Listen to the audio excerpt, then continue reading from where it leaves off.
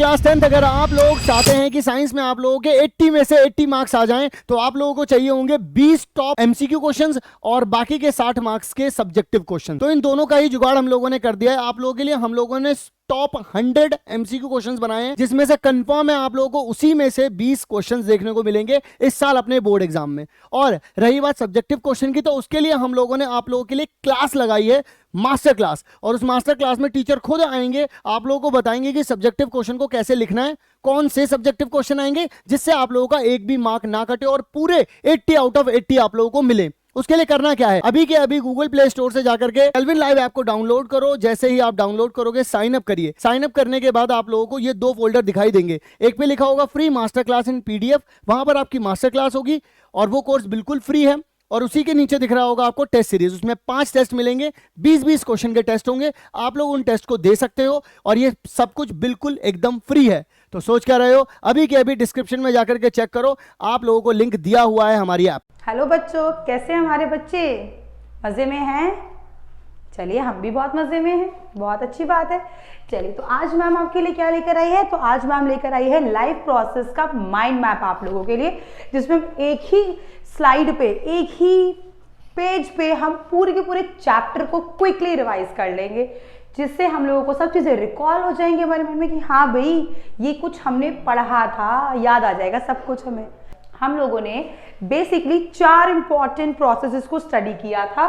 1 is your nutrition and the respiration, transportation and the excretion. ये 4 process पढ़े थे, इनको देख लेते हैं। न्यूट्रिशन में हमने 2 पढ़ा, ऑटोट्रॉफिक और हीटोट्रॉफिक। ऑटोट्रॉफिक वो होता है जिसमें एक ऑर्गेनिज्म अपना खाना खुद बना लेता था, है ना, जिसमें green plant, blue green algae आए थे, पूरे प्रोसेस को समझा था।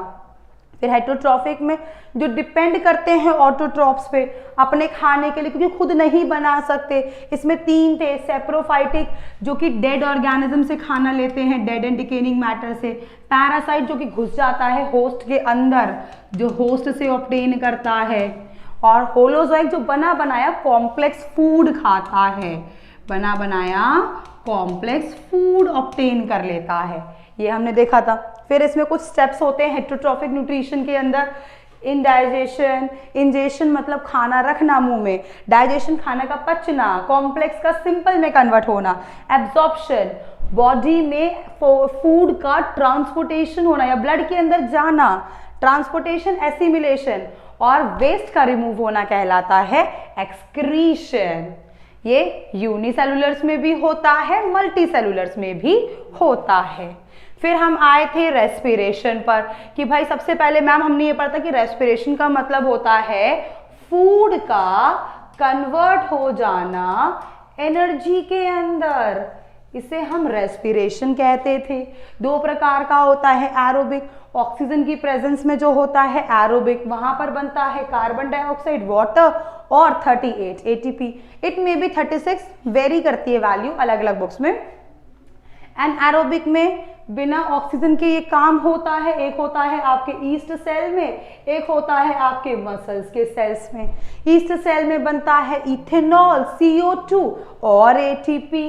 मसल्स में बनता था लैक्टिक एसिड, जिससे मसल्स में दर्द होता था, ऐंठन आ जाती थी, जिसके लिए हम गर्म गर्म पानी से नहाते थे या मसाज करते थे, है ना भाई, बिल्कुल। फिर रेस्पिरेशन प्लांट्स में देखा था हमने, डे टाइम में प्लांट फोटोसिंथेसिस और रेस्पिरेशन दोनों करता है, इसीलिए क्या रिलीज होती है, मेजरली ऑक्सीजन। नाइट टाइम में सिर्फ रेस्पिरेशन होता है, इसीलिए निकलती है सिर्फ CO2। तभी तो घर वाले कहते हैं कि रात को पेड़ के नीचे मत जाओ, वहाँ पे चुड़ैलें नहीं होती, वहाँ पर CO2 रिलीज होती है।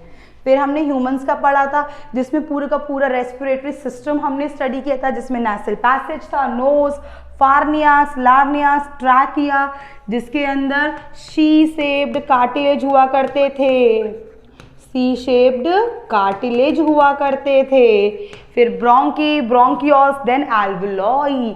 एल्वुलॉई मेन पार्ट है जो बलून लाइक होती है, जहां पर एक्सचेंज ऑफ गैसेस होता है, ये पढ़ा था।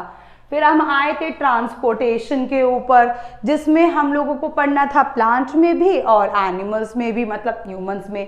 प्लांट्स में ट्रांसपिरेशन होता है, पानी का लॉस होता है, और रूट प्रेशर जो कि जाइलम। क्योंकि इन दोनों प्रोसेस के थ्रू क्या होता है, वाटर का ट्रांसपोर्टेशन। किसका? वाटर का ट्रांसपोर्टेशन करता है जाइलम। ट्रांसलोकेशन का फ्लोएम करता है, जिसमें फूड का ट्रांसपोर्टेशन होता है। किसका होता है बच्चों? फूड का। फिर ह्यूमंस में आए थे, तो ह्यूमंस में हमने देखा था भाई डबल सर्कुलेशन होता है। एक होता है हार्ट और सेल के बीच में, जिसको सिस्टमैटिक सर्कुलेशन कहते हैं।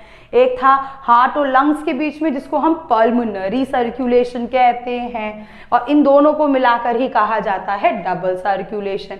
इसके अंदर हम लोगों ने कुछ ब्लड वेसल्स भी स्टडी की थी। कौन कौन सी? Arteries, when. कौन कौन सी? आर्टरी, वेन, कैपिलरीज वगैरह पढ़ी थी ना।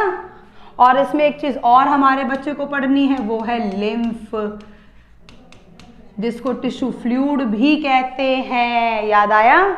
बिल्कुल। फिर हम आए थे एक्सक्रीशन पे, मतलब वेस्ट का रिमूव हो जाना बॉडी से। प्लांट करता है ट्रांसपिरेशन, प्लांट का ट्रांसपिरेशन के थ्रू ही हो जाता है।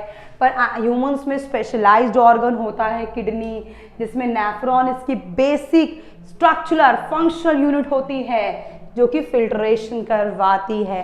पूरे नेफ्रॉन को हमने स्टडी किया था यूरिन के फॉर्मेशन में। देन हम लोगों को लास्ट टॉपिक पढ़ना था डायलाइसिस।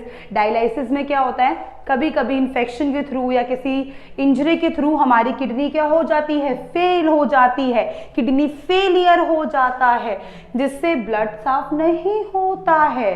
तो उसके लिए हमने क्या देखा था? उसके लिए हमने देखा था कि भाई आर्टिफिशियल किडनी का इस्तेमाल करते हैं, जो कि होती हैं मशीनें, जिसमें पाई जाती थी सेमी परमिएबल मेम्ब्रेन। पर यहाँ पर एक घाटा है कि यहाँ पर रीएब्जॉर्प्शन नहीं होता। यहाँ पर रीएब्जॉर्प्शन नहीं होता, कि जो चला गया तो समझो चला ही गया, स्वाहा हो गया, वापस नहीं आना है। तो ये सब था बेटा जो कि हमने इस चैप्टर में किया था स्टडी। आई होप हमारे बच्चों को सब चीज़ें रिकॉल हो गई होंगी, समझ में याद आ गई होंगी कि भाई हम लोगों ने हाँ ये सब चीज़ें पढ़ा था।